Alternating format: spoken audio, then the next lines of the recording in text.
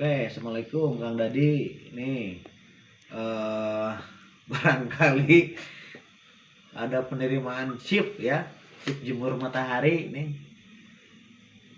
ada banyak lah yang bisa diambil, tapi kayaknya kita kebingungan nih masukin chip kemana.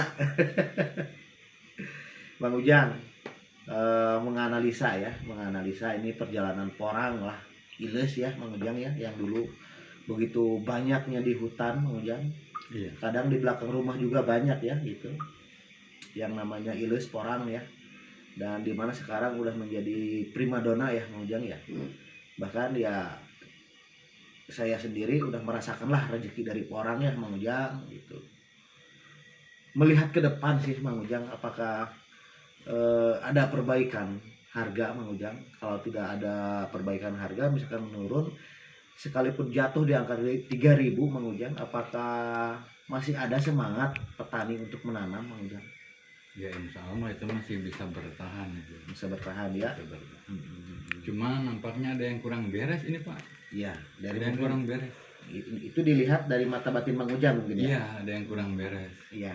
Kenapa alasannya kurang beres? Kenapa di saat porang tidak ada harganya jatuh? Kalau misalkan porang banyak, harga banjir jadi murah, itu wajar. Ini seperti ada yang kurang wajar. Ada yang kurang wajar ya. Berarti ini harus kecurigaan. Ada kecurigaan ya, Bang Ujang ya. Mungkin ini ada pihak-pihak yang memang menekan harga ini supaya jatuh ya. Emang masuk akal itu kesengajaan, itu perkiraan ya. Sebab diperkirakan begitu ada alasannya.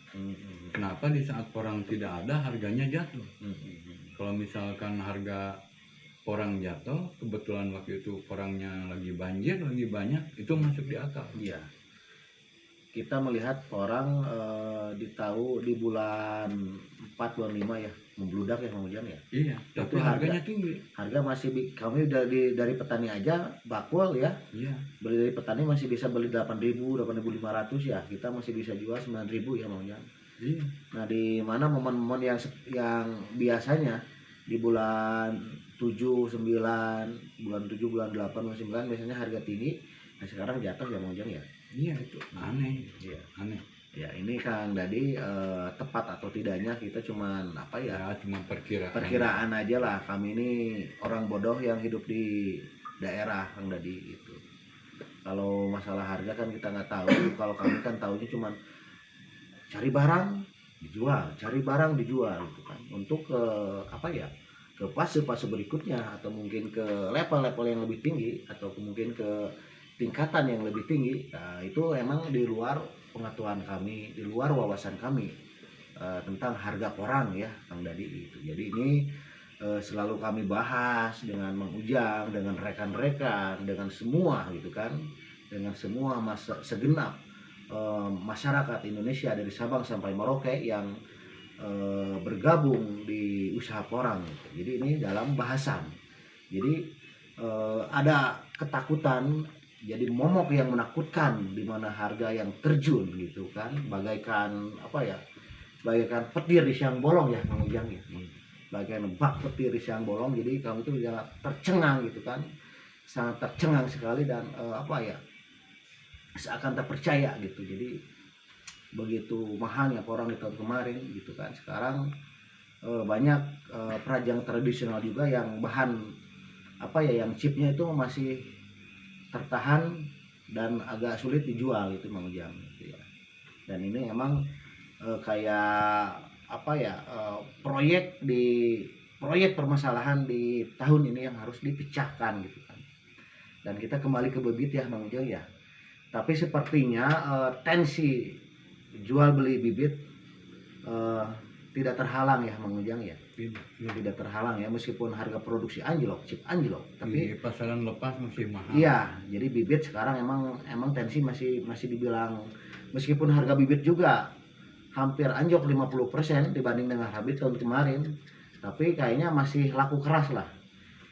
Dalam artian beda, kalau kita punya bibit di bulan 4 bulan 5 1 ton 2 ton mungkin agak sulit ya. Tapi kalau kita punya bibit di bulan sekarang, di bulan 10 punya 5 ton juga, kayaknya nggak terlalu sulit untuk dijual ya Mang Ujang.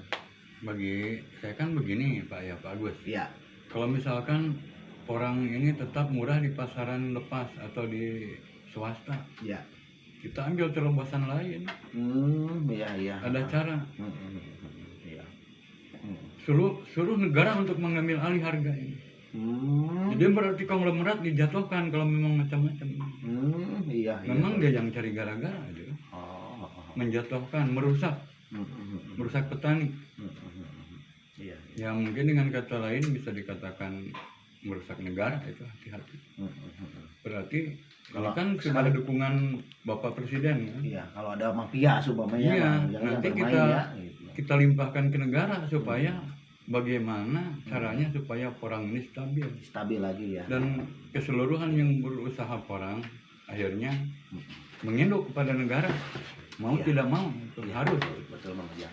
Kita harus ada pengajuan kepada kepala negara nantinya. Itu jalan satu-satunya apabila memang masyarakat dirugikan. Iya, terutama petani lah ya. Itu hak negara untuk melindungi segenap masyarakat yang ada di Indonesia. Ya begitu pendapat saya kira-kira bagus bagaimana. Oke.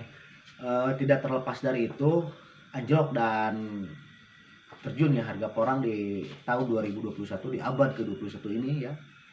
Itu mungkin tidak terlepas ya dari berbagai masalah, dari berbagai faktor yang menyebabkan harga porang itu anjlok ya Mang Ujang. Yang mungkin dikait-kaitkan dengan COVID-19 kan Mang Ujang. Mungkin ada beberapa kendala dari sistem ekspor kita ke Tiongkok.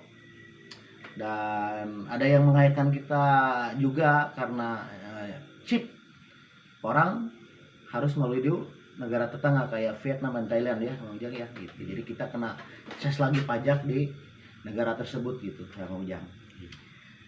Emang sih porang emang porang kebanyakan masuk ke Tiongkok, kan tidak terbatas kuotanya ya Mang Ujang ya. Mungkin ya ini perkiraan ya gitu. Ya ini mah tidak terlepas itu, mungkin kata-kata saya ada salahnya. Mungkin ini cuman perkiraan saya aja. Kalau kayak negara lain kayak selain Cina itu mungkin kuotanya kan sedikit. Mungkin ke Eropa, Amerika, Afrika atau ke Jepang gitu kan. Kalau Cina kan tidak terbatas ya Mang Ujang gitu. Jadi emang patokan kita ya, kiblat dalam usaha porang emang sistem ekspor kita emang ke Cina lah ya Mang Ujang ya. Dimana kan Cina di Wuhan itu kan di 2019 itu kan mulai ada muncul corona, dan di tahun-tahun berikutnya itu dampaknya kan luar biasa sekali ya Mang Ujang ya. Itu kan di luar pengetahuan kita apakah itu berpengaruh ke sistem ekspor atau jual pembelian Tiongkok ke chip ya Mang Ujang. Ya, mungkin. Di samping itu juga karena kualitas lah. Kalau dulu 2018 itu chip di Rajang setebal bungkus jarum super ini, kurang tebal, dipotong kuning laku. Tapi sekarang kering lepas, jamur juga ya susah laku ya Mang Ujang gitu. Jadi mungkin jatuh mungkin karena kualitas chip juga kurang baik lah.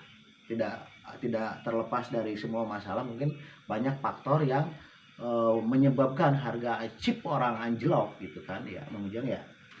Mungkin kira-kiranya seperti itu ya Mang Ujang ya. Dan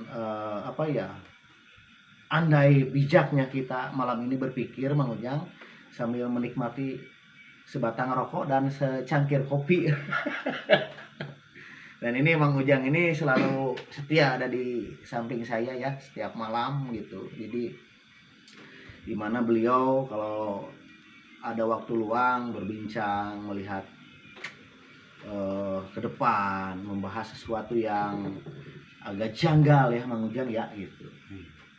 Oke, sahabat petani porang, pembisnis porang, semua yang ambil andil di porang, mudah-mudahan